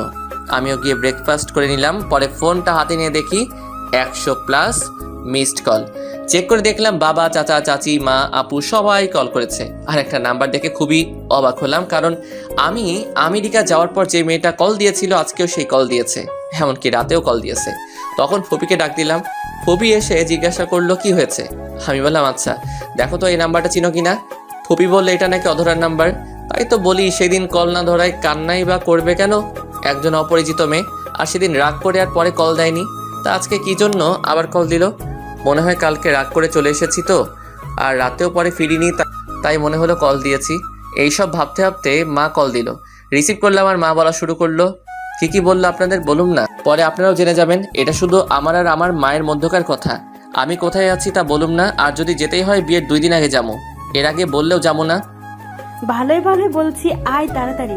তোর চাচা সকালে যখন বলেছে যে তুই নাকি রাতে রাগ করে বের হয়েছিলি আর ফিরিসনি, সকালেও নাকি কল ধরিসনি, তখনই আমি বাবা ছুটে চলে আসি। কবি বলেছেন যেখানে তোমার সম্মান নেই সেখানে তুমি যেও না, তাই আজকে আমি ফিরছি না। তোমরা থাকো ওই মেয়েকে নিয়েই, আমাকে নিয়ে না ভাবলেও হবে।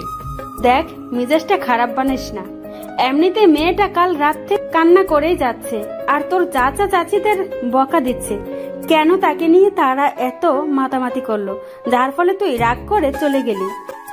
তা বলেও লাভ হবে না। আর উনি এখন কান্না করতেছেন কেন? সেদিন থাপ্পড় মারার সময় মনে ছিল না? আবার আমার ফ্রেন্ড আর তার বউয়ের সামনে অপমান করার সময় মনে ছিল না? এইসব আবার কবে হলো? আর যা হয়েছে ভুলে যা। বাবা ফিরে আয় তুই। বলেছি না আমি গেলেও কিছুদিন পর যাবো, আর তুমি আমার মা হয়ে আমার বিরুদ্ধে কথা বলতেছো। ঠিক আছে আমি ফিরবো আজকেই, এবার খুশি তো? বলে কল কেটে দিলাম। ফুপি, এই ফুপি। ফুপি তাড়াতাড়ি করে এলো, এসে জিজ্ঞাসা করলো, কি হয়েছে? এভাবে কান্না করতেছিস কেন? আমাকে কেউ ভালোবাসে না। কেন আবার কি হলো? এখন মাও কল দিয়ে আমাকে বকা দিল। এটা কিন্তু ঠিক হয়নি। আমি ভাবিকে বলবো তোকে যেন আর বকা না দেয়। আর শোন, আমি রান্না করতেছি আজকে তোর সব পছন্দের খাবার। যা গিয়ে গোসল সেরে আয়। কয়টা বাজে যে এখনই গোসল দিব? 12:30 বাজে। যা গোসল করে আয়, কিছুক্ষণ পর তোর ফুপাও চলে আসবে। আজকে এত তাড়াতাড়ি ফুপা চলে আসবে যে? আসলে সকালে ভাবি কল দিয়ে বলছে আজকেই যেতে, সবাই নাকি আজকেই আসবে। ও তাহলে এই ব্যাপার। যা তাড়াতাড়ি গিয়ে গোসল সেরে নে, তারপর সবাই একসাথে খেয়ে রওনা দিব। তারপর আমি গিয়ে গোসলটা সেরে নিলাম। পরে নামাজ আদায় করলাম। ফুপা আসার পরে সবাই একসাথে দুপুরের খাবার খেলাম। খেয়ে কিছুক্ষণ রেস্ট নিলাম। এরই মধ্যে সবাই রেডি হয়ে নিল। পরে সবাই মিলে রওনা দিলাম। 1 ঘন্টা পর বাসায় পৌঁছালাম। আসলে ভাই কি বলবো, রাস্তায় যে পরিমাণ জ্যাম, তার উপরে আবার রং সাইড দিয়ে লোকেরা গাড়ি ঢুকিয়ে দেয়, যার ফলে জ্যামের সৃষ্টি হয়। আর ট্রাফিক পুলিশও নিজেদের কাজ ঠিকমতো করতে পারে না, শুধু দেখে কিভাবে টাকা খাওয়া যায়। আর এই জ্যামের কারণে 30 মিনিটের জায়গায় 1 ঘন্টা লাগলো। বাসায় এসে দেখি সবাই মিলে ডাইনিং রুমে বসে গোল মিটিং করতেছে। ভিতরে ঢুকে তাদের কাছে গেলাম, তাদের রিয়াকশন দেখে মনে হইতেছে এখানে কেউ নেই। তখন বললাম, দূর, কেউ কি কথা বলবা না নাকি? দূর, এইভাবে কল করে ডেকে এনে এখন কেউ কিছু বলছে না, থাকো তোমরা। আমি ফিরে গেলাম আবার। এইবার আর আসমুই না, গিয়ে আমেরিকা চলে যাব। ভাবি তোরা কি থাকবি নাকি আমার সাথে যাবি? সরি রে, আমরা এখানেই থাকছি, তুই চাইলে যেতে পারিস। তুই বন্ধু নামের কলঙ্ক, থাক তুই, আমি গেলাম বলে চলে আসতে নিলাম। তখনই ঝড়ের গতিতে কে জানি এসে আমাকে জড়িয়ে ধরলো। আমিও ধাক্কা সামলাতে না পেরে মাটিতে পড়ে গেলাম। আর যে জড়িয়ে ধরেছিল সে আমার উপরে পড়েছে। চোখ খুলে তাকিয়ে দেখি যে আমাকে জড়িয়ে ধরেছে সে আর কেউ নয়, অধরা। এদিকে তো লজ্জায় আমার মাথা কাটা যাচ্ছে। সবাই বলে ছেলেদের লজ্জা থাকতে নেই, আপনারাই বলুন তো মিয়া, একটা মেয়ে যদি ছেলেটার পরিবারের সবার সামনে এভাবে জড়িয়ে ধরে তাহলে তো ছেলেটা লজ্জা পাবেই। আমার ক্ষেত্রেও সেটাই হয়েছে। কোনো রকম ওকে ছাড়িয়ে উঠিয়ে দাঁড় করালাম। যেই একটা থাপ্পড় দিতে যাব তখনই চোখ বন্ধ করে নিল। মেয়েটার মুখটা দেখে কেমন যেন বুকের পাশটা নড়াচড়া করে উঠলো, তাই আর থাপ্পড় দিলাম না। সরাসরি জিজ্ঞাসা করলাম, কি হলো? শুনলাম কাল রাত থেকে রাখি কিছুই খাননি।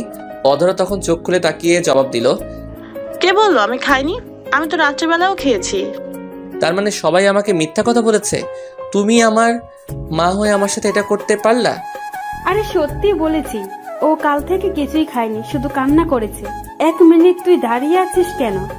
তুই না চলে যাচ্ছিস? তাহলে চলে যা। কে আমার ছেলেটাকে বের করে দিচ্ছে দেখি তো। কথাটা শুনে পিছনে তাকিয়ে দেখি মেজো ফুপি, ফুপা আর ওনার মেয়েরাও এসেছে। আমিও একটু কান্না কান্না ভাব নিয়ে ফুপিকে বললাম, দেখো ফুপি, আমি এতদিন পর বাসায় আসলাম আর আমাকে বাসা থেকে বের করে দিচ্ছে। এটা তো ঠিক না। আমার বাবাটা কত বছর পর এসেছে আর তোমরা ওর সাথে এমন করছো কেন? সাদে কি আর করছি, ছেলেটা এখন অনেক বদলে গেছে, কথায় কথায় রাগ করে। আগে কতই ভালো ছিল, এখন কিছু বললেই রাগ করে চলে যায়। ভাবি বুঝেন না কেন? এটা ওদের বংশগত। শুধু তুমি বললে বলে আজকে গেলাম না, না হলে চলেই যেতাম। আর তোমরা কি দরজায় দাঁড়িয়ে থাকবে নাকি ওই মুরগির ডিম? কেমন আছিস? দেখো, ভালো হবে না কিন্তু। আমারও একটা সুন্দর নাম আছে। ভাবি দেখো না ভাই আমাকে কিসব বলছে। তুই আবার ভাবি পাইলি কই? আমি তো তোরে বিয়া করবো, জানোস না তুই? ধুর, মজা বাদ দে তো। যা তোর রুমে যা, আমরাও গিয়ে ফ্রেশ হয়ে নেই। ফুপিরা চলে গেল ফ্রেশ হতে, আমিও আমার রুমে চলে গেলাম। রুমে গিয়ে ফ্রেশ হয়ে নিলাম। ফ্রেশ হয়ে বের হয়ে দেখি আমার গাড়ির চাবিটা টেবিলের উপর নেই। তখনই চেঁচিয়ে মাকে ডাক দিলাম। মা এসে বললেন, কি হয়েছে? সারের মতো চেঁচাচ্ছিস কেন? সাদিকে আর চেঁচাচ্ছি? আমার রুমে কে এসেছিল আর আমার গাড়ির চাবি কই? যে তোর রুমে এসেছিল সেই গাড়ির চাবি নিয়ে গেছে। সেটাই জানতে চাইছি, কে আমার রুমে এসেছিল? সেটা আমি কি করে বলবো? আমি কি তোর রুমের সিকিউরিটি গার্ড নাকি? বলে মা হনহনিয়ে চলে গেল। তখনই আকিবকে ডাক দিলাম। বেচারা আমার ডাক শুনে দৌড়ে চলে এলো। এসে বলল, ভাই আমায় ডাকছিলে কেন? তুই কি আমার গাড়ির চাবি নিয়েছিস নাকি? আমি তোমার গাড়ি চাবি নিয়ে কি করবো? আর আমি তো গাড়ি চালাতে পারি না, তবে কিছুক্ষণ আগে দেখলাম ভাবি তোমার গাড়ি নিয়ে কোথায় যেন গিয়েছে। বলিস কি? ওনার এত বড় সাহস আমার গাড়ি নিয়ে গেছে? আর তুই কি সবাইকে সবার গিফট বুঝিয়ে দিয়েছিস নাকি? না ভাইয়া, আজকে নাকি বড় ফুপি আর সিজো ফুপি আসবে রাতে, আর তার আসলেই সবাইকে একসাথে দিয়ে দেবো। আচ্ছা, এখন কয়টা বাজে রে? কেন ভাই, ঘড়ি দেখোনি? এখন তো রাত 8টা বাজে। এই রাতের বেলা উনি আমাকে গাড়ি নিয়ে বের হলেন, আল্লাহ জানে আমার গাড়ির কি হবে। আমি আর রাকিব কথা বলছিলাম, তখনই ছোট চাচা এসে বললেন, শোনো, রাতে কিন্তু বের হোস না। কেন চাচা, রাতে বের হলে কি হবে? আর বলিস না, এলাকার পোলাপান সব নষ্ট হয়ে গেছে। যাকে পায় তার কাছ থেকেই সব রেখে দেয়, আর মেয়েদের তো বের হওয়া আরো বেশি বিপজ্জনক। এসব কি বলতেছো তুমি? হ্যাঁ রে, কিন্তু তুই এত ভয় পাচ্ছিস কেন?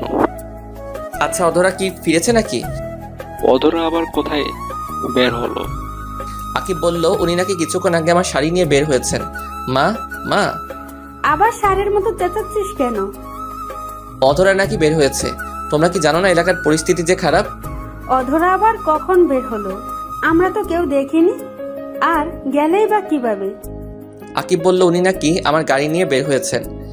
মার সাথে যখনই কথা বলছিলাম তখনই মোবাইলে একটা মেসেজ এলো।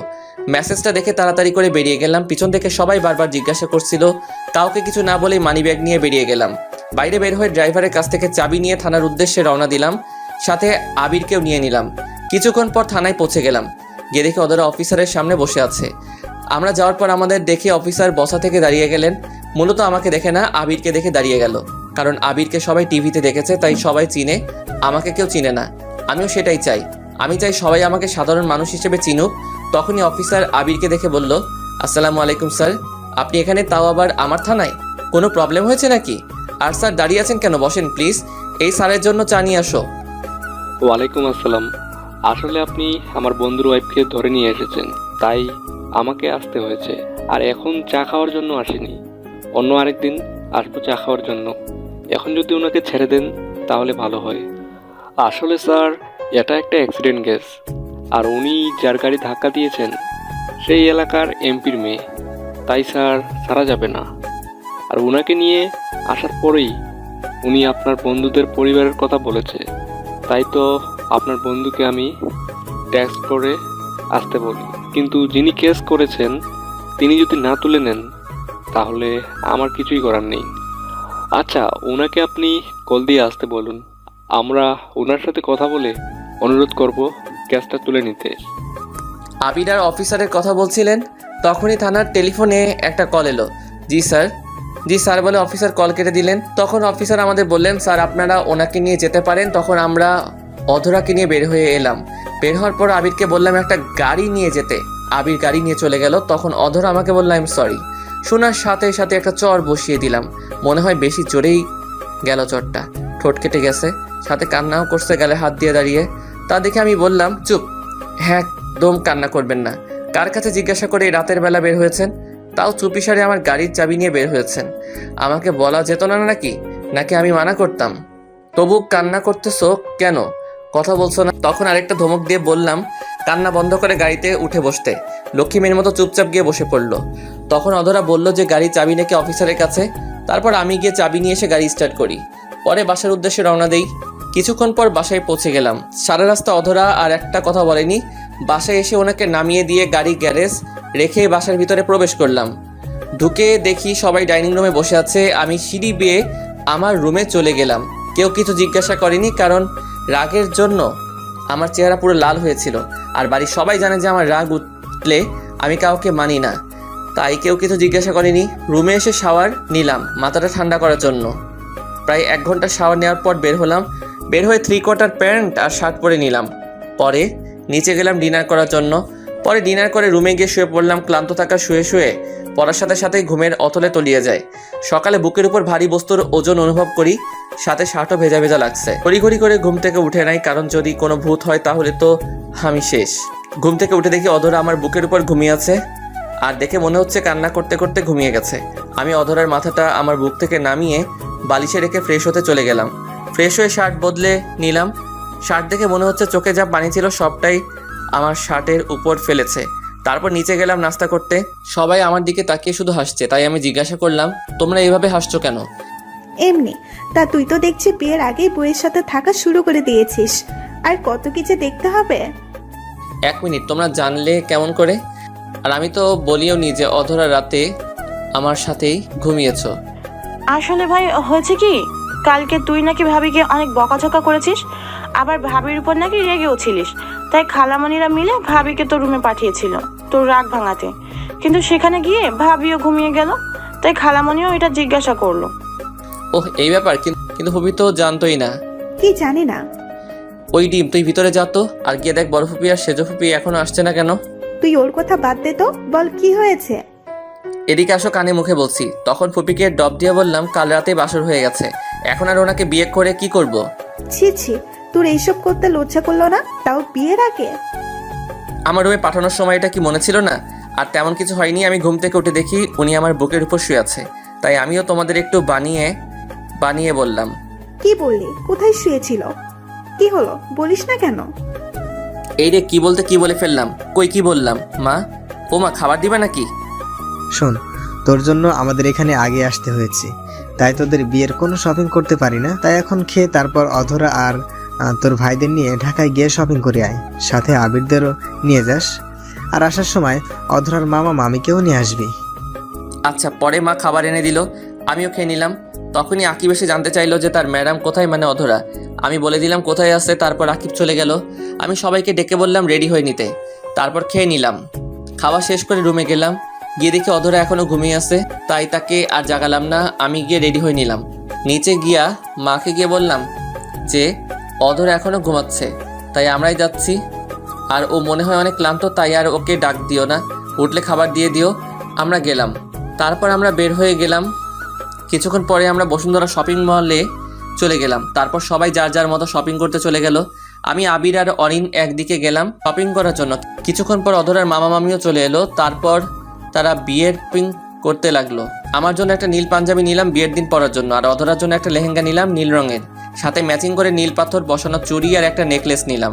বাকিগুলো স্বর্ণের নিলাম। তারপর সবাই মিলে রেস্টুরেন্টে গিয়ে দুপুরে খাবার খেয়ে নিলাম। তারপর সবাইকে দিয়ে কিনা জিনিসগুলো গাড়িতে উঠালাম আর তাদের বললাম গাড়িতে বসতে। পরে আমি আর আবির জুয়েলারি শপে এলাম। সেখান থেকে অধরার জন্য একটা ডায়মন্ডের আংটি কিনলাম। বিয়ের দিন রাতে এটা তাকে পরিয়ে দিব। তারপর সেটা আমার পকেটে নিয়ে বিল পে করে চলে এলাম। তারপর বাসার উদ্দেশ্যে রওনা দিলাম। বাসায় পৌঁছাতে পৌঁছাতে সন্ধ্যা হয়ে গেল। বাসায় আসার সময় আবার বাড়ির সব মেয়েদের জন্য ফুচকা নিয়ে এলাম, সাথে করে অধরার মামা মামিকেও নিয়ে পেলাম। তারপর সবাই মিলে ফুচকা খেলো। যে যত তাড়াতাড়ি পারছে তত তাড়াতাড়ি খাচ্ছে। বুঝি না মেয়েরা ফুচকাতে কি এমন মধু পায় যে এভাবে ঝাঁপিয়ে পড়ে ফুচকা দেখলে। তার উপর সবাই মিলে বিয়ের পোশাক দেখতে লাগলো। সব শেষে মা জিজ্ঞাসা করলো যে কিছু বাকি আছে কিনা। আমি বললাম 2 লাখ টাকার শপিং করেছি, এরপরেও যদি বলো কিছু বাকি থাকে তাহলে পুরো শপিং মলটাই নিয়ে আসতে হবে। তারপর সবাই একসাথে রাতের খাবার খেয়ে যে যার মতো করে ঘুমাতে চলে গেল। এইভাবেই কোনো দিক দিয়ে যে 7 দিন কেটে গেল বুঝতেই পারিনি। আজকে আমাদের গায়ে হলুদ, আর গায়ে হলুদ বাড়িতেই হবে দুজনের একসাথে, আর বিয়েটা হবে কমিউনিটি সেন্টারে। দেখতে দেখতে সন্ধ্যা হয়ে গেল। আমাকে গায়ে হলুদ দেওয়ার জন্য রেডি করলো। একটা হলুদ পাঞ্জা আর সাদা পায়জামা পরিয়ে স্টেজে নিয়ে যাওয়া হলো। আমাকে আর অধরাকে পাশাপাশি বসানো হয়েছে। অধরাকে যে পরিমাণে সুন্দর লাগছে তা বলে বোঝানো যাবে না। হলুদ শাড়ির সাথে হালকা মেকআপ, চোখে কালো কাজল। আপনারা দেখলে আপনারাও প্রেমে পড়ে যাবেন, তাই আর বেশি বলবো না, কারণ যদি আপনারা আমার বউয়ের দিকে নজর লাগান। তারপর একে একে সবাই এসে হলুদ লাগিয়ে দিল। হলুদের অনুষ্ঠান শেষ করে ঘরে গিয়ে দিলাম এক ঘুম। সকালে মায়ের ডাকে ঘুম ভাঙে। তারপর ফ্রেশ হয়ে নাস্তা করতে গেল, গিয়ে বিয়ে বাড়ির স্পেশাল খিচুড়ি খেয়ে আবার রুমে চলে এলাম। 12টার সময় মা বলল গোসল করে রেডি হয়ে নিতে, তাই আমিও গিয়ে গোসল করে নিলাম। ওয়াশরুম থেকে বের হয়ে দেখি হারামির দলে সব কয়টা আমার রুমে বসে আছে।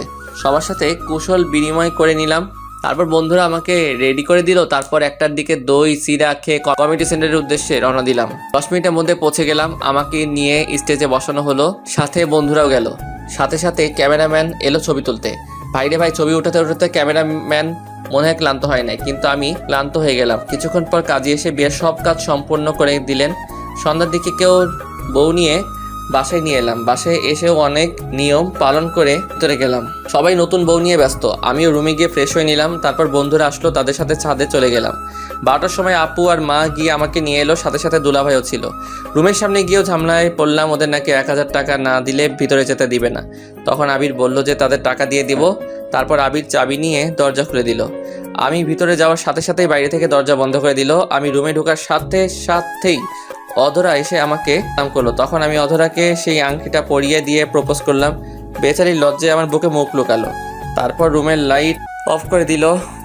বাকিটা ইতিহাস বইয়ের 2220 খ্রিস্টাব্দ থেকে পড়ে নেবেন।